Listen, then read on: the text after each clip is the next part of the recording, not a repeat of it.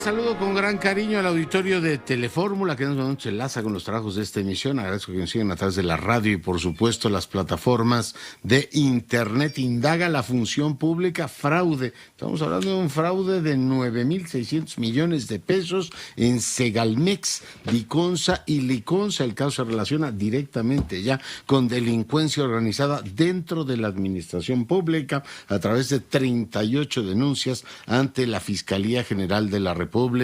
Y bueno, pues el día de ayer un senador de Morena hizo una denuncia muy grave en el Senado de la República diciendo que la actual gobernadora pues está directamente vinculada con los temas de criminalidad organizada. Pedimos por supuesto hablar con la gobernadora para distinguir de una manera muy clara qué es aquello que pues ella asume como venganza política y que es aquello que en este caso forma parte de una acusación que podría tener algún mérito. Marina del Pilar subió un tuit que dice, para ella lo más importante es seguir trabajando para garantizar la seguridad de Baja California. Nuestra postura en materia de seguridad es sencilla, el que la hace la paga, es lo que dice Marina del Pilar. Hace un momento platiqué con Gustavo Madero sobre este tema y bueno, pues por supuesto dijo, son muchas denuncias las que se han hecho ya en este país sobre este asunto. Ken Salazar dijo que, pues la economía se ve afectada por la inseguridad en México, no solo es tarea del gobierno, dijo diplomáticamente, esto es tarea que involucra a todo el mundo, pero claramente dejó ahí en este caso, reflexión. Zelensky dice que la guerra solo va a terminar, el presidente de Ucrania, cuando Rusia desocupe territorio ucraniano. Mientras tanto, no puede haber negociaciones de paz. Por su parte, Rusia se niega a estas peticiones y a la ONU dice que pues tiene que desmilitarizar la zona de la central nuclear de Zaporilla. En más información quiero decirle que Estados Unidos anuncia negociaciones para un pacto económico con Taiwán, apoyando pues en este caso a la isla en clara confrontación con en este caso China. Por su parte también anuncia China como supongo represalia que se apuntará a los ejercicios militares que Rusia está organizando. Esto tendrá lugar el próximo 30 de agosto, a finales de mes. Siguen las labores de rescate de 10 mineros en Sabinas, Coahuila. Alejandro Encinas hoy dio un informe que, pues habla del caso Ayotzinapa. En un momento más retomaremos el tema. También le comento que Olga Sánchez Cordero, senadora de la República, presidenta del Senado, dio su informe de actividades. Lorenzo Córdoba dice que no es momento para una reforma electoral y menos si esta es producto de rencores. Esto dijo. Que sea una reforma para mejorar lo que tenemos. Si vamos a abocar una ruta de reforma para regresar, para devolverle a la Secretaría de Gobernación, sea cual sea la fuerza política que gobierne la organización de los comicios, estaremos tirando a la basura 30 años de esfuerzos y de construcción democrática. Pues que sea el producto de diagnósticos adecuados, para decirlo coloquialmente. Si hay una reforma electoral, que sea el producto de la cabeza y no del estómago, que no sea el resultado de filias y fobias o peor aún, de rencores personales. Bueno, y fíjese que se registró un tiroteo ahí en la central de abasto de Celaya. Apenas ayer asesinaron al hijo del alcalde Javier Mendoza. Aquí en la capital, Omar García Harfuch dio el informe sobre el operativo de los llamados montadeudas. Estas empresas telefónicas se dedicaban a la extorsión de personas. Y bueno, pues el patrón venía desde Colombia, coordinados desde el exterior. Platicaremos también de ese asunto. Breve pausa, volvemos. Es un honor recibir a la presidenta de la Cámara de Senadores, Olga Sánchez Cordero. Presidenta, buenas noches. Muy buenas noches. ¿Cómo estás, Leonardo? Muchas gracias por esta oportunidad de saludarte a ti y a tu auditorio. Pues rogarle que le cuente al auditorio que nos escucha y ve en todo el país, presidenta, su informe el día de hoy, un balance de lo que ha sido su presidencia de la Cámara Alta. Mira, con muchísimo gusto. Mi informe obviamente estuvo primero... relacioné todo lo que hemos hecho dentro de la Cámara de Senadores como, como pleno del Senado y posteriormente las iniciativas que yo presenté en lo individual. Como lo que hemos hecho en el Senado, hemos de verdad tenido muchísimas leyes que hemos podido incluso aprobar unánimemente, derechos de las víctimas, derechos para los niños, niñas y adolescentes. Tenemos también una homologación de una propuesta de homologación del delito de feminicidio, de la tentativa de feminicidio. Hemos estado también elaborando una ley, esa la ha propuesto la senadora Patricia Mercado y el senador Álvarez y Casa, una ley de movilidad, que esta ley de movilidad es una ley importantísima, una ley general de movilidad, porque como tú sabes perfectamente, pues desde el municipio tenemos que tener a la persona como el centro de toda una política de movilidad. Entonces, como un derecho humano a la movilidad, fue una ley maravillosa, una ley general. También hicimos la relatoría con nuestra relación con todos los diplomáticos, con todos los embajadores. Desde luego, las dos ocasiones en donde yo estuve fuera del país, en la Unión Europea, promoviendo la firma y su posterior ratificación en el acuerdo global de la Unión Europea con México. También estuvimos relacionando, por ejemplo, la visita a Naciones Unidas con la Interparlamentaria Mundial, en donde ahí establecimos que un sistema de cuidados y una profesionalización del sistema de cuidados de las mujeres que son cuidadoras en su casa, en su familia, no es un gasto. Esta remuneración que estamos pensando que deben tener, y también la capacitación para atender a sus ancianos, a sus, fíjate, una cosa muy interesante, a sus discapacitados, a las personas con algún tipo de discapacidad que se encuentran en su casa, o incluso a sus niños, y un curso importante sobre las primeras etapas de la vida del menor para poder tener una preparación para su primaria y su secundaria, y sobre todo su capacitación para entrar a la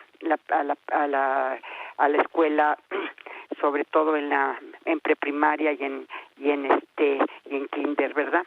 Después también este sistema de cuidados que aportamos a Naciones Unidas, pensamos que las mujeres pueden tener una remuneración, y esta remuneración que sea por parte del Estado, y que en este sistema de cuidados, en lugar de que sea un gasto, es realmente una inversión en todas las millones y millones de mujeres que son cuidadoras en su familia. Entonces, creo que esto fue un punto muy interesante que les gustó mucho allá en Naciones Unidas. También se aprobaron leyes sobre enfermedades raras, también sobre la diversidad sexual. Tuvimos también y como senadora, en lo personal, propuse la educación de conformidad con la autonomía progresiva de la sexualidad en los menores, y la educación dependiendo de esta autonomía progresiva. Entonces, mi relación con todos los embajadores, fueron más de 46 embajadores los que recibí en el Senado. También puedo decirte que más o menos fueron 350 nombramientos, de los cuales 15 fueron embajadores, fue un cónsul también el que ratificamos. Fue muy provechosa este año legislativo de la 65ª legislatura. También, por ejemplo, la no revictimización de las niñas y niños cuando están en un juicio, mi querido Leonardo. En muchas ocasiones se les revictimiza, y establecimos dos principios fundamentales en estos temas cuando los niños se encuentran dentro de un proceso judicial. Uno, que no sean revictimizados, pero también otro, el principio de mínima intervención, es decir, que no estén llamando a juicio a los niños una y otra vez, y mucho menos que los confronten con sus padres. También propusimos un juicio en línea y el ahorro de papel dentro de todas las instituciones del Estado mexicano, y el juicio en línea para poder también no solamente ahorrar papel, sino una novedad de un procedimiento que se puede llevar a cabo como un juicio en línea. También estuvimos presentando una iniciativa sobre la homologación de los feminicidios, como te dije, y otra muy importante es la tentativa de feminicidios, porque muchas mujeres que no pierden la vida, pero que fueron de verdad víctimas de una tentativa de feminicidio. Estuvimos también en un tema de trata de personas, en el sentido de que muchas de estas niñas y adolescentes son reclutadas a través, por ejemplo, de ciertas relaciones, a veces de concubinos, a veces relaciones maritales, y después las esclavizan en esta materia de trata sus propias parejas. Y la última que te podré yo comentar, que es una maravillosa, es la de la nacionalidad mexicana de personas nacidas en el extranjero. Fíjate que aquí, cuando se publicó la reforma al artículo 30 constitucional en esta materia de la nacionalidad de las personas que nazcan en el extranjero, pero que también sean hijos de mexicanos nacidos en el extranjero, se les otorgó la nacionalidad mexicana de un día a otro a 36 millones de personas. Y podríamos decir que México ya es una nación transterritorial. Y aquí se presentaron varias iniciativas. Podemos decirlo, sí. Ya, sí. Una nación transterritorial, 36 millones de personas mexicanas. Presidenta, el otro día que hablaba con Tonatiuh Guillén, quien escribió un libro notable sobre el particular, me hacía ver que es una de las reformas constitucionales más importantes, porque de golpe le agregaron 30 y tantos millones de personas al concepto de nación. O sea, la nación es mucho más que los 126 millones, somos los que vivimos aquí. Esta idea de transterritorialidad y un abrazo así profundo a todos estos nuevos mexicanos que llegan, una reforma de gran calado que ha sido poco, digamos, valorada, ¿no? Poco, digamos, comentada también. En el 2018, se aprobó por todos los grupos parlamentarios, se aprobó por unanimidad del Congreso Federal y por unanimidad de todos los congresos locales. Entonces se publicó en el 21, pero ahora las reformas que se presentaron en este año eran precisamente para quitarles los obstáculos de no poder tener cargos públicos a estos mexicanos que, una vez reconocidos como mexicanos, no pueden acceder a cargos públicos, por ejemplo. Entonces, eso es como o corríjame, presidenta, eso es como un vejestorio en nuestra legislación, ¿no? Por la vía que uno obtenga la nacionalidad no debería haber discriminación, digo yo, ¿no? No, pero fíjate que la propia Constitución así lo establece.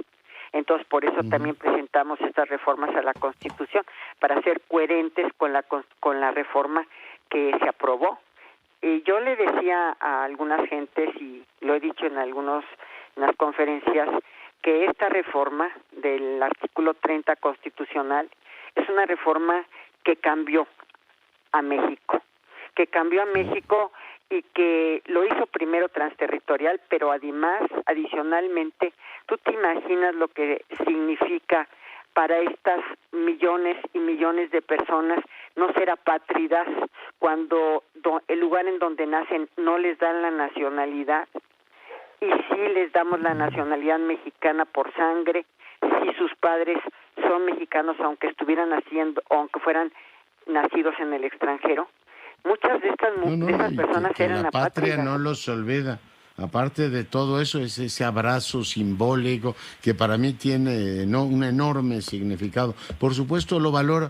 Presidenta, preguntarle, ¿usted ya tiene claro por qué el presidente cambió de opinión sobre el tema de la Guardia Nacional? Había también a inicio de sexenio pues un consenso constitucional sobre el modelo de la Guardia Nacional. ¿Usted tiene claro qué lo hizo mover de opinión?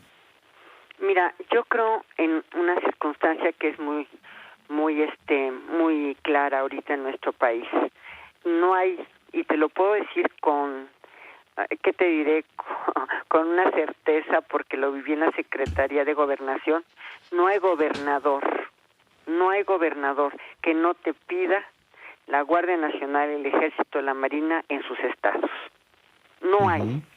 O sea, ellos, de verdad, con la policía que tienen, o a nivel municipal, la policía municipal que todavía no tiene la capacitación y todavía no tiene la remuneración correcta estos cuerpos policíacos, tanto estatales como municipales, todos los gobernadores te piden, te solicitan que esté la Guardia Nacional o el Ejército, dependiendo, la Marina, en sus estados, apoyando a la seguridad pública.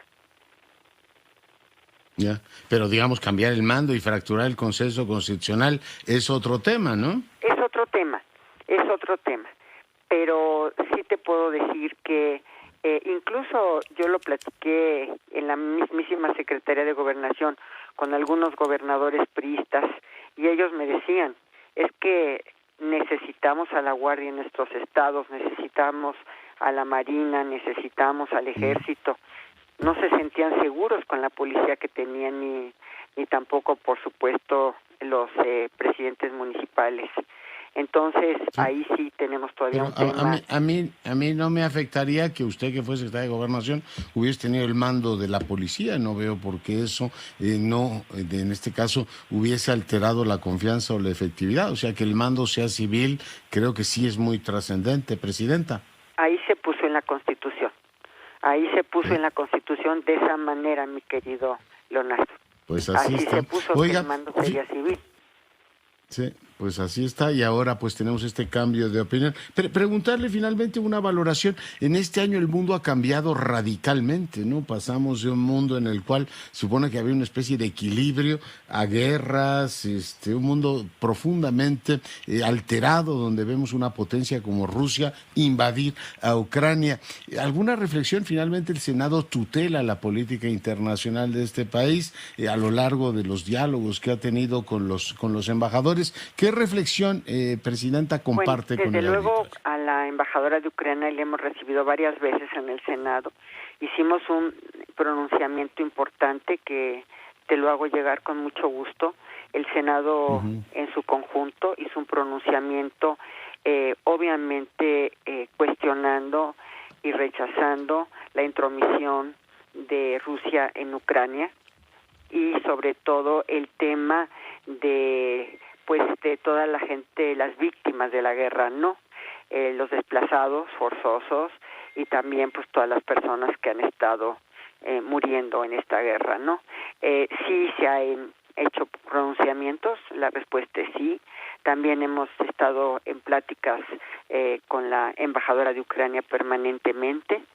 Y tú has visto cuál ha sido la posición de México en Naciones Unidas a través de nuestro embajador Juan Ramón de la Fuente, que ha sido pues muy firme en el Consejo de Seguridad, y sobre todo en materia del corredor humanitario, que junto con Francia se estableció, y México fue una de las de las grandes voces para este corredor humanitario, a través de Juan Ramón de la Fuente. En fin, creo que sí hemos tenido una participación que, pues México no, ya ves que siempre tenemos una política de el respeto a la soberanía y a todas las naciones, ¿no? Muy bien. Pues, Presidenta, le agradezco muchísimo que haya estado esta noche con nosotros. No, te agradezco mucho, de verdad, que me hayas dado oportunidad de estar platicando contigo, con tu auditorio, pero fueron muchos temas, y te agradezco que cuando menos me hayas dado la oportunidad de comentar con ustedes algunos de ellos, porque hay otros importantes, pero bueno, ya no nos da tiempo, como la reforma a los notarios, llevarla a la Constitución, o también, ¿sabes cuál? Que era muy importante, la autonomía de los poderes judiciales locales, la estabilidad la inamovilidad en sus cargos, y la carrera tanto en el Poder Judicial cuanto más en la Fiscalía, una carrera ministerial.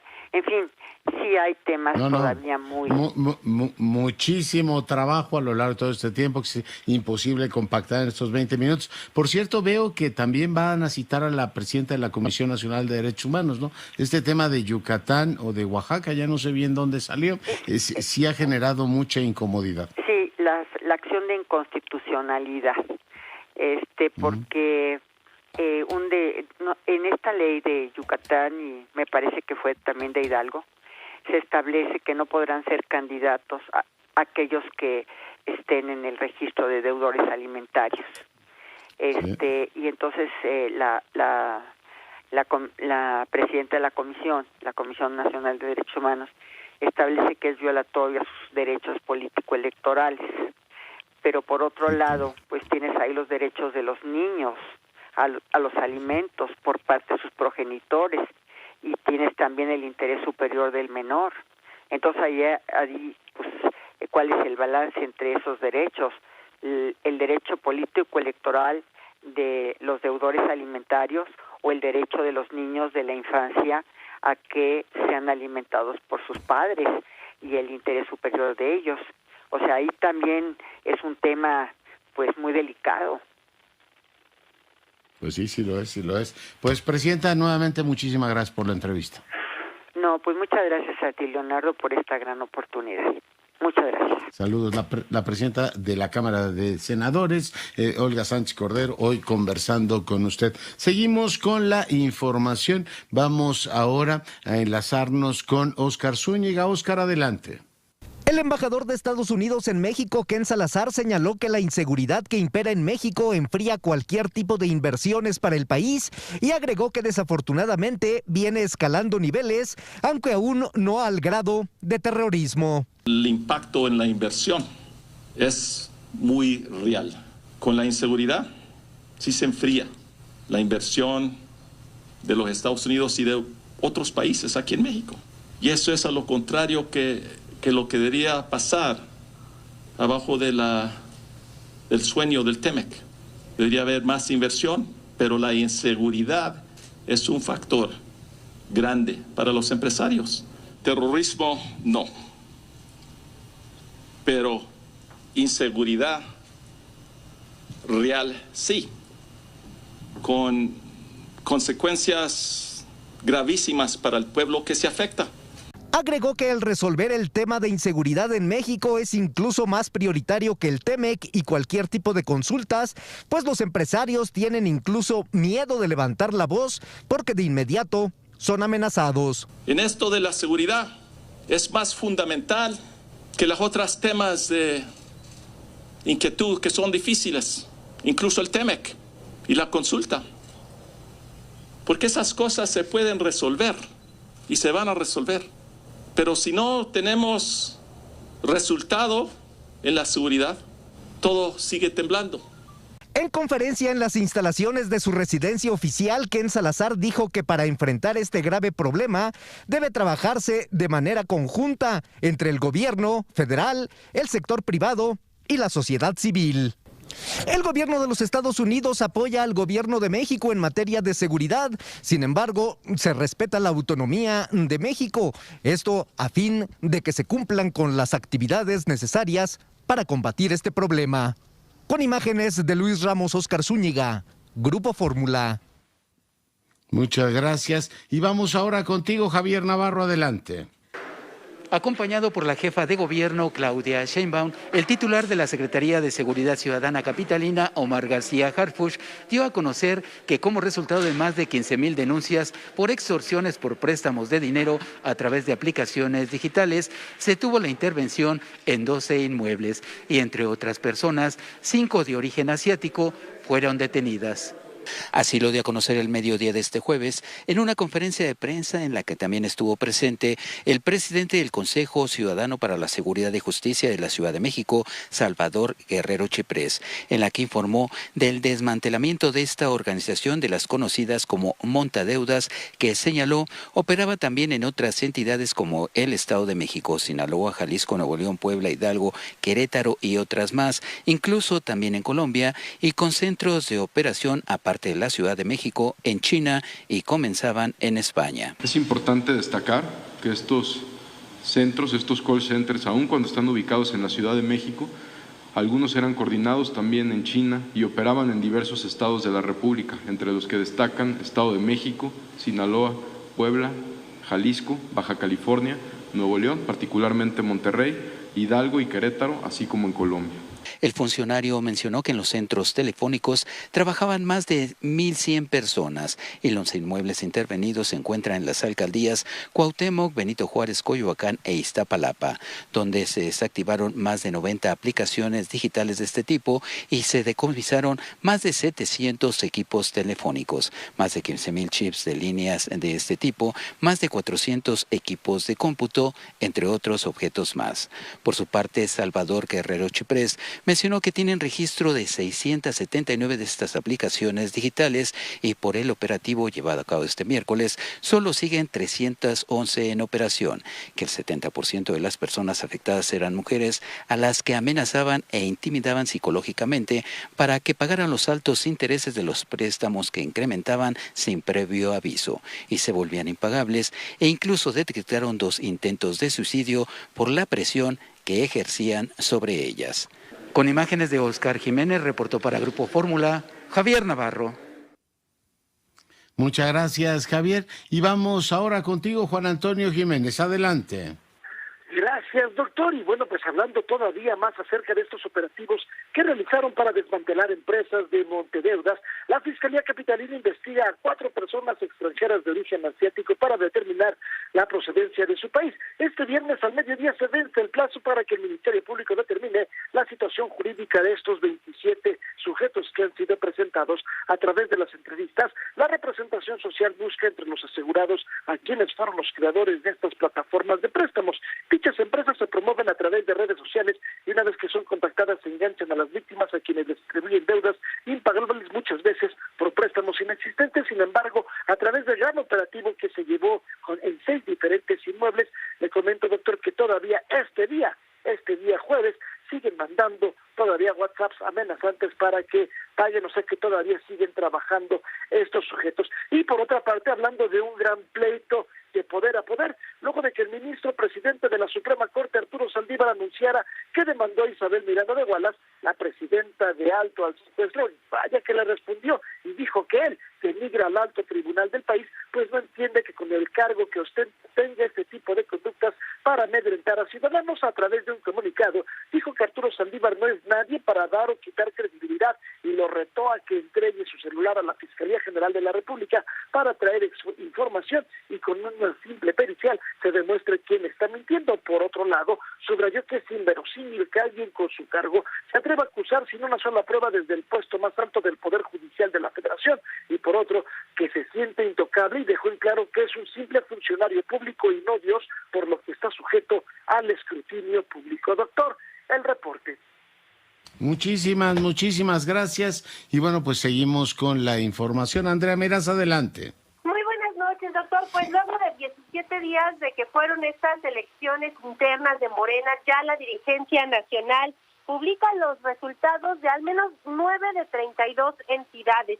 De acuerdo, pues en una conferencia de prensa con Mario Delgado, este día, el miércoles, se entregarían los resultados de 12 estados.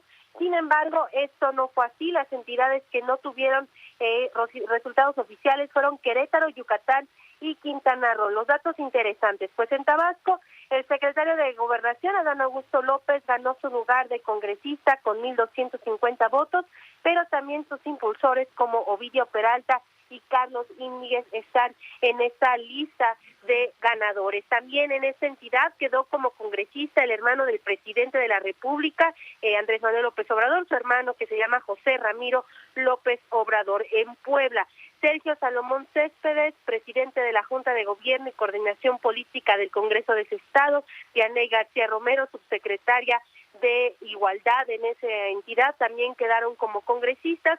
Daniela Mier Bañuelos, hija del coordinador de la bancada de Morena, Ignacio Mier, resultó como ganadora de la elección. Y en Coahuila un lugar obtuvo Antonio Atolini. El próximo fin de semana, que viene, se van a llevar a cabo los primeros congresos estatales y recordemos que hay otras entidades más, al menos una decena más de entidades que tendrán que repetir este proceso de elección interna, porque son más de 400 impugnaciones las que se han presentado tanto en el Tribunal Electoral del Poder Judicial de la Federación como en la Comisión de Honestidad y Justicia al interior del partido Guinda. Doctor, el reporte.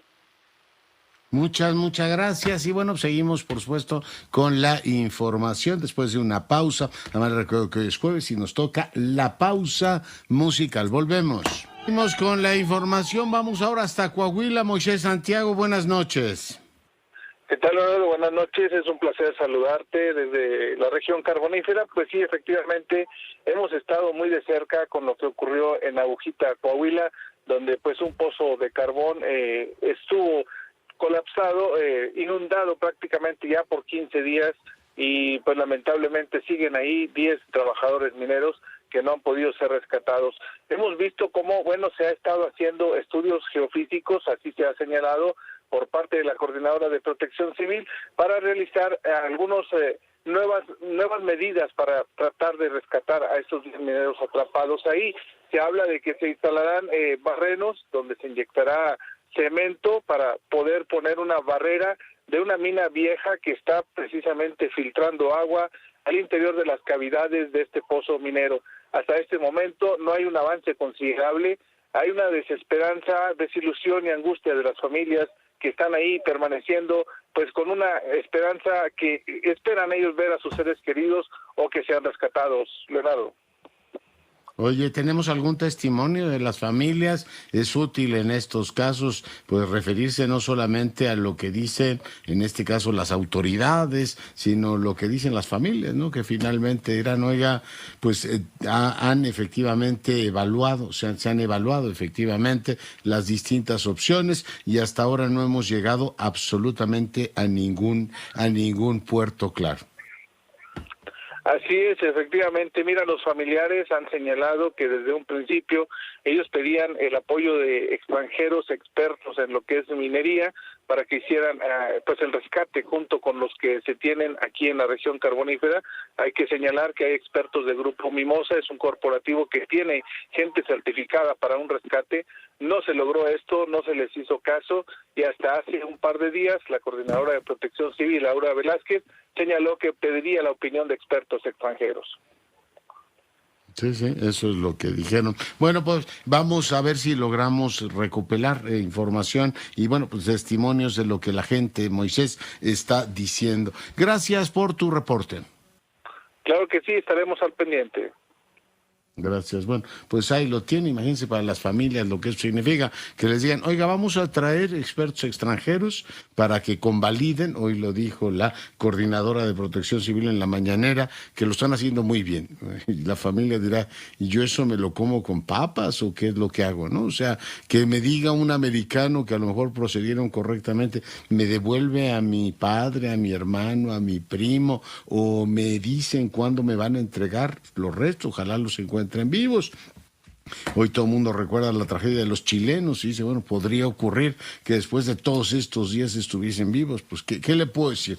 Ojalá que sea así, pero bueno, pues en este caso un experto extranjero, yo creo que lo importante no es, bueno, tenemos un gobierno que está enamorado de sí mismo, ¿no? Están más pendientes de lo que se dice de ellos que de resolver problemas, lo cual es un vicio en la vida, ¿eh? O sea, cuando uno está más atento a ver qué dicen de uno que lo que uno hace, el tema no es que digan los extranjeros si procedió o no correctamente Protección Civil, o sea, como que se están blindando, sino dar resultados, ¿no? Decirle a las familias, aquí están efectivamente sus deudos, hemos rescatado a los mineros, y bueno, pues hay cosas que les dan muchas vueltas, como el tema que hoy presentaba Alejandro Encinas de Ayotzinapa, muchas vueltas, mucho ánimo político, todo lo que usted quiera, pero al final nos están diciendo tarín marín lo que ya sabíamos.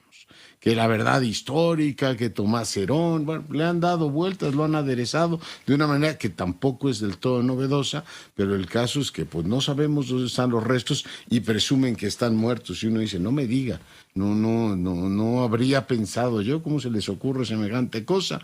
Suponer que pueden no estar vivos. Se los dijo Solalinde, que no es particularmente acertado en algunas declaraciones hace mucho tiempo, Se los digo Solalinde hace mucho tiempo, pues que hemos querido, y lo entiendo también, porque las familias, y recuerde que las familias de las víctimas tienen derecho a decir lo que quieran. Oiga, yo sigo creyendo que mi hijo está vivo. No hay manera de desestimar eso, porque el dolor de una madre, de un padre, sea Ayotzinapa, Sabinas, lo que usted quiera, no tendría efectivamente por qué cuestionarse. Pero bueno, han pasado tanto tiempo y bueno, pues las conclusiones no parecen entusiasmar a nadie, ¿no? Este es el informe que se ha dado a conocer ahora, donde pues nos dicen tarín, marín, o sea, más o menos es lo mismo que ya sabíamos. Dejo este tema y voy ahora contigo, Carlos Rosanov, adelante. Leonardo, un gusto saludarte, muy buena tarde a ti, al auditorio. Pues sí, te comparto que el día de ayer, siendo las 3 de la tarde con 12 minutos, arribó el hijo del alcalde de Celaya a una farmacia, de estas farmacias, que esta cadena grande de farmacias que hay en Guadalajara, en el estado de Guanajuato. Llegó a hacer algunas compras, abordó su camioneta de lujo, estuvo quizá 1 o 2 minutos, todo esto de acuerdo a testigos adentro de la camioneta, cuando llegaron 2 individuos que presuntamente habían llegado minutos antes en una motocicleta, se acercaron y dispararon por lo menos en 15 ocasiones. 15 cartuchos percutidos son los que quedaron en el piso. El hijo del alcalde pierde la vida, de nombre Guillermo, un hombre de 31 años que era director de una empresa dedicada al concreto. Inmediatamente se llamó al 911, llegaron elementos de la Guardia Nacional, Policía Ministerial, Policía Municipal. Cuando se percatan de quién es, incluso llega el secretario del ayuntamiento, anuncian que se daría una rueda de prensa más tarde, ya eso de las 7:20 de la tarde. Se da esta rueda de prensa en donde se comparte precisamente estos hechos. El día de hoy, bueno, pues el coordinador de los diputados del PRI, Alejandro Arias Ávila, comentó que pues ya el crimen organizado, la delincuencia ha escalado. Eso fue lo que dijo, que ha escalado después de el asesinato del hijo del alcalde de Celaya. Y bueno, pero pues, oye, hoy hubo un tiroteo ¿o no? Sí hubo un tiroteo también, Leonardo, te comparto también esos hechos. En el municipio de Celaya, también siendo Celaya, sí. aproximadamente las 4 de la tarde, bueno, también hubo un tiroteo en lo que viene siendo la central de autobuses. Momentos de pánico vivieron ahí estas personas que estaban cerca de la central de abastos, de la ciudad de Celaya, en donde, bueno, incluso circularon videos en redes sociales de la gente huyendo de los disparos. Hasta el momento, bueno, simple y sencillamente no hay detenidos. Hasta el momento se sabe de los balazos, pero las autoridades competentes no han dado más sobre el asunto. Así las cosas aquí en el estado, Leonardo. Bueno, pues muchas gracias, buenas noches. Son las 20:45. Vamos ahora contigo, Oscar Zúñiga, adelante. Para el presidente del Consejo Coordinador Empresarial, Francisco Cervantes, los problemas de inseguridad vistos la semana pasada en México son terrorismo, ya que hay ataques directos incluso contra niños, y agregó que se buscará al titular de la Sedena, Luis Crescencio Sandoval, para platicar con él y decirle que el ejército le tiene que entrar al combate de este problema. Pues es que fue eso de matar niños y civiles, eso ya rebasó todo tipo. Ya que el ejército entre con toda fuerza, eso iba a buscar al secretario para platicar de eso, ¿no? Yo creo que el ejército tiene que entrar. El líder empresarial en el país agregó que les preocupa este tipo de acciones violentas en varias entidades mexicanas y piden a los 3 niveles de gobierno coordinación para combatir la inseguridad. Yo creo que nos afecta no como empresarios, nos afecta como ciudadanos, nos afecta y preocupa a todo mexicano. La coordinación siempre entre estados, municipios y la federación es muy importante porque también los policías municipales son los primeros que deben de estar, no donde parte todo en los municipios y después el estado y luego la federación, pero tienen que estar trabajando coordinadamente. Indicó que la preocupación no solo es de parte del sector empresarial, sino de toda la sociedad ante el crecimiento de la delincuencia. Con imágenes de Luis Ramos, Oscar Zúñiga, Grupo Fórmula. Muchas gracias por el reporte. Bueno, pues ahí tiene usted, interesante la posición de la patronal. Por un lado dice que es terrorismo, pero por otro lado voy a ir a ver al secretario de Defensa, allanando de alguna manera pues la forma en que el presidente está tratando de plantear el nuevo debate sobre la seguridad. Un asunto no menor, pero en fin, probablemente me equivoque. Esa es la lectura que le doy a esta declaración de Francisco Cervantes. Vamos ahora. No, me dicen que no vamos. Nora, tranquila, tú me dices a qué vamos, porque tengo aquí a una hermosa colaboradora al borde de un ataque de nervios, diciéndome que no vaya. Bueno, tú me dices a qué voy, yo con toda tranquilidad voy. Yo quiero ir ya a Lozano para que no nos empiecen a ganar las prisas, pero con mucho gusto voy a otros temas. Hoy el dólar 20,63, el euro 20,33, el IPC 48,729, FTSE Viva queda en 1,011, su principal indicador. El día de hoy la cotización de la mezcla mexicana queda en $85.71. Hoy se dio a conocer el indicador oportuno de la actividad económica, 1.5 creció. Sigo viendo con preocupación que las terciarias no avanzan, las secundarias no les va mal, y bueno, pues es el dato que se dio a conocer esta mañana muy temprano. Ya pasaron tantas horas que ya me parece que fue ayer. Además dieron la encuesta nacional de ocupación y empleo. Hay mejores datos en empleo, hay más gente empleada, seguimos teniendo muchísima informalidad en el país. Oaxaca se va al 80%, Guerrero por ahí anda. Y bueno, en mejor condición están Baja California Sur y la propia Baja California, en torno a los 30 y tantos en este caso, empleo o informalidad en el empleo. Estos son los datos que hoy dio a conocer el INEGI. Me dicen que ya estamos listos para ir a la pausa musical. Vamos con Javier Lozano.